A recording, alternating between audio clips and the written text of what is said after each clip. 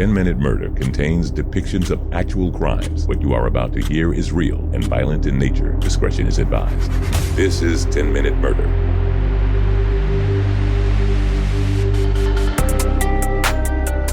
Welcome to the brief and bingeable true crime podcast, 10-Minute Murder.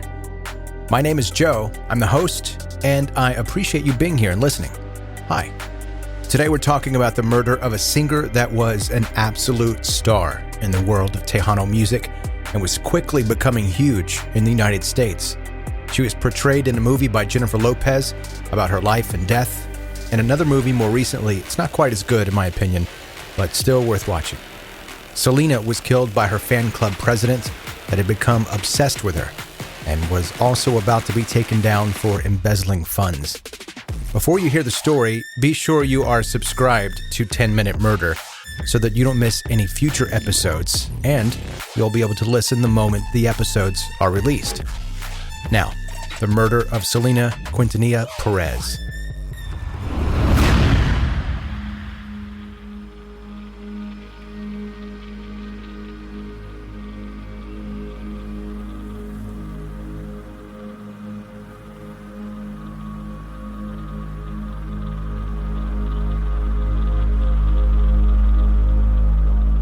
Selena was born in April of 1971 in Lake Jackson, Texas.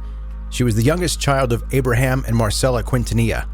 Abraham was a musician himself and noticed that when Selena was just 6 years old, she was already so talented. He said her timing and her pitch were both perfect. In 1981, Abraham opened a Tex-Mex restaurant called Papagayos. On a regular basis, the musical family of A.B., Selena's brother, and Suzette, her sister, would perform. Selena would obviously sing. But after a year, an extreme amount of oil excess drove the price of it way down, and in an area where the economy depended on steady oil prices, it caused a recession.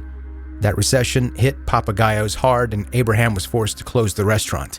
They filed for bankruptcy and were evicted from their home. They packed it up, but didn't go too far. They settled in Corpus Christi, Texas. Abraham became the manager of a new band he formed consisting of his kids. He named them Selena y Los Dinos.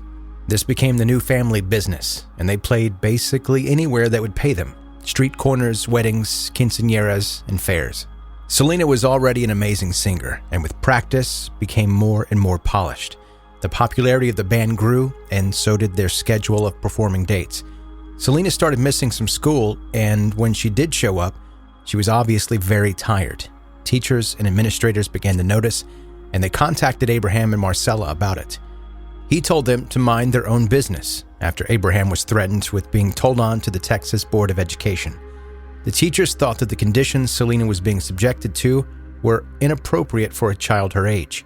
She was in the 8th grade at this time, and Abraham pulled her out of school.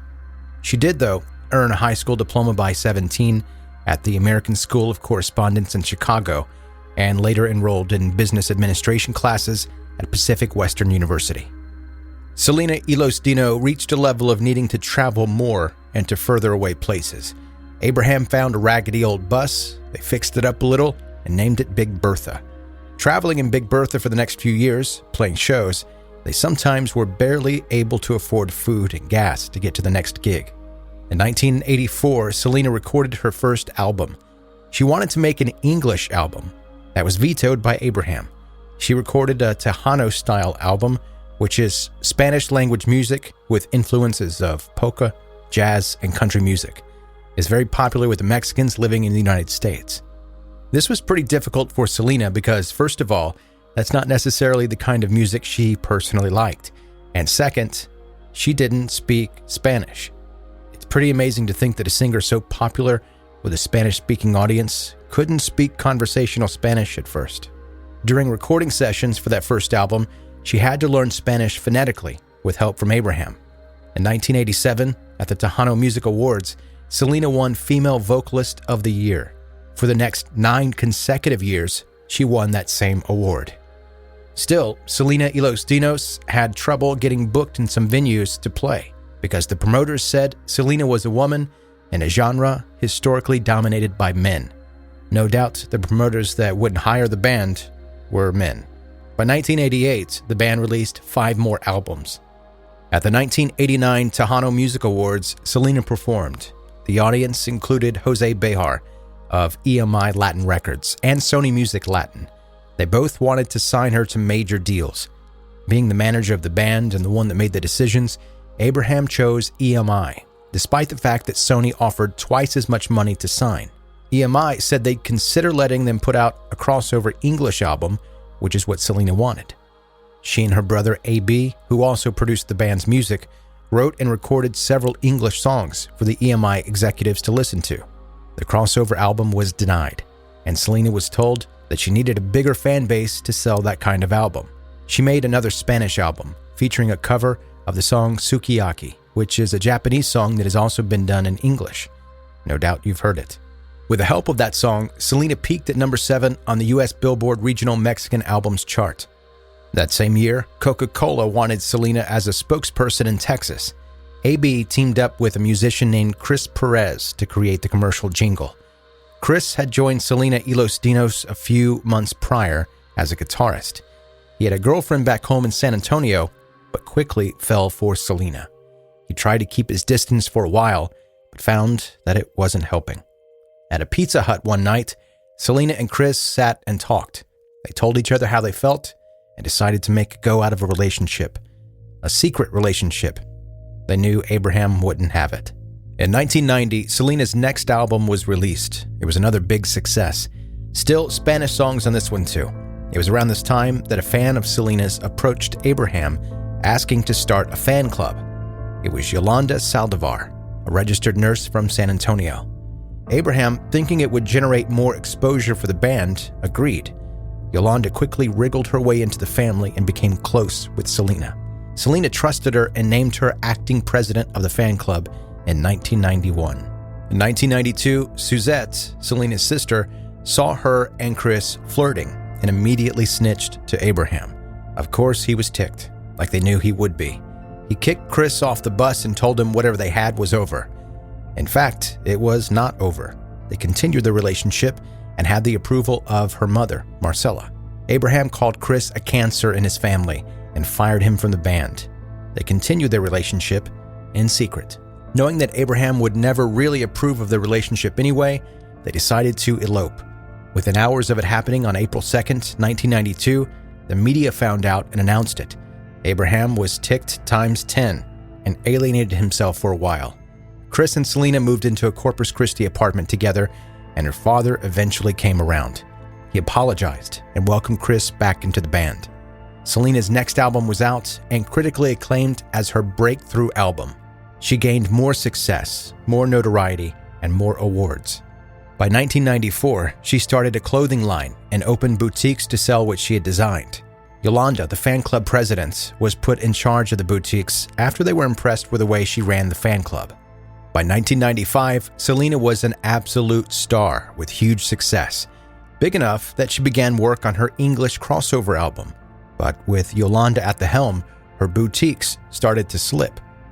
It didn't make much sense because Selena was as popular as ever. It would stand to reason that the boutiques would be as well. When they looked into it, they saw that Yolanda had fired much of the staff. If she didn't like an employee for literally any reason at all, boom, they were let go. The staff that remained strongly disliked Yolanda and began complaining to Selena about it.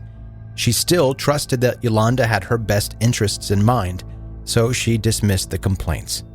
So the employees started telling Abraham all about Yolanda's behavior. And we know that he doesn't trust anyone outside of the family anyway, so he believed them. They also told him something disturbing. They told Abraham that she had become very creepily obsessed with Selena. About that time, he also started to hear about phone calls to the fan club where members had paid a fee but never received anything at all in return.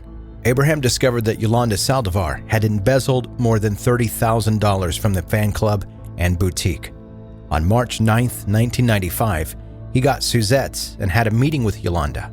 They confronted her about the missing money and told her that if she didn't provide evidence about where this money went, he'd get the police involved. He also told Yolanda something that her obsession couldn't take. Abraham told her that she was no longer allowed contact with Selena. Selena, however, didn't want that. She still kind of thought Yolanda was a key to the future success of her boutiques. Abraham still insisted on seeing evidence of the money on bank statements. Yolanda delayed and delayed before claiming she was beaten up and raped while in Mexico. On March 31st, 1995, Selena met with Yolanda in her hotel room at the Days Inn in Corpus Christi. Selena demanded the financial paperwork they had been asking for. Yolanda pulled a pistol from her purse and pointed it at Selena. Selena tried to run, but Yolanda fired a shot that hit Selena in the lower right shoulder, severing an artery. Gushing blood, Selena continued to try to escape. The trail of blood coming from Selena was nearly 400 feet long before she made it to the motel lobby. She named the person that shot her and the room number, then collapsed on the floor. Yolanda, still chasing after her, was heard yelling obscenities at Selena. Yolanda then got into her truck and attempted to leave, but she was spotted by a responding officer, and after a 9.5-hour standoff, Yolanda Saldivar surrendered. At the hospital, attempts to save Selena were unsuccessful. Fans were devastated and compared her death to John Lennon, Elvis Presley, and John F. Kennedy in the way that they were mourning. Her funeral drew 60,000 attendees wanting to pay their respects. A few days after the funeral, Howard Stern went on his radio show and mocked the mourners and fans of her music, saying that Spanish people have the worst taste in music. He played Selena's songs with gunshots in the background. He later apologized, but not before a disorderly arrest warrant was issued. Then Governor of Texas, George W. Bush, declared Selena's birthday, April 12th, Selena Day in the state, saying that Selena represented the essence of South Texas culture.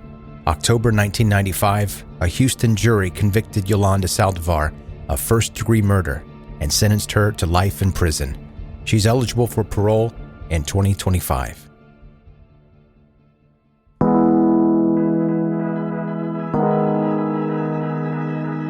That's today's 10-Minute Murder, the brief and bingeable true crime podcast.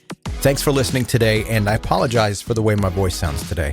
It sounds a little weird and I'm a little stuffy. I've got allergies happening, but I still wanted to get this episode out to you. So here it is with my weird sounding voice. Before you go, make sure you subscribe if you haven't. If you enjoy the podcast, rate and review wherever you listen, and connect with me on social media. Thanks for listening to 10-Minute Murder. Have a good night.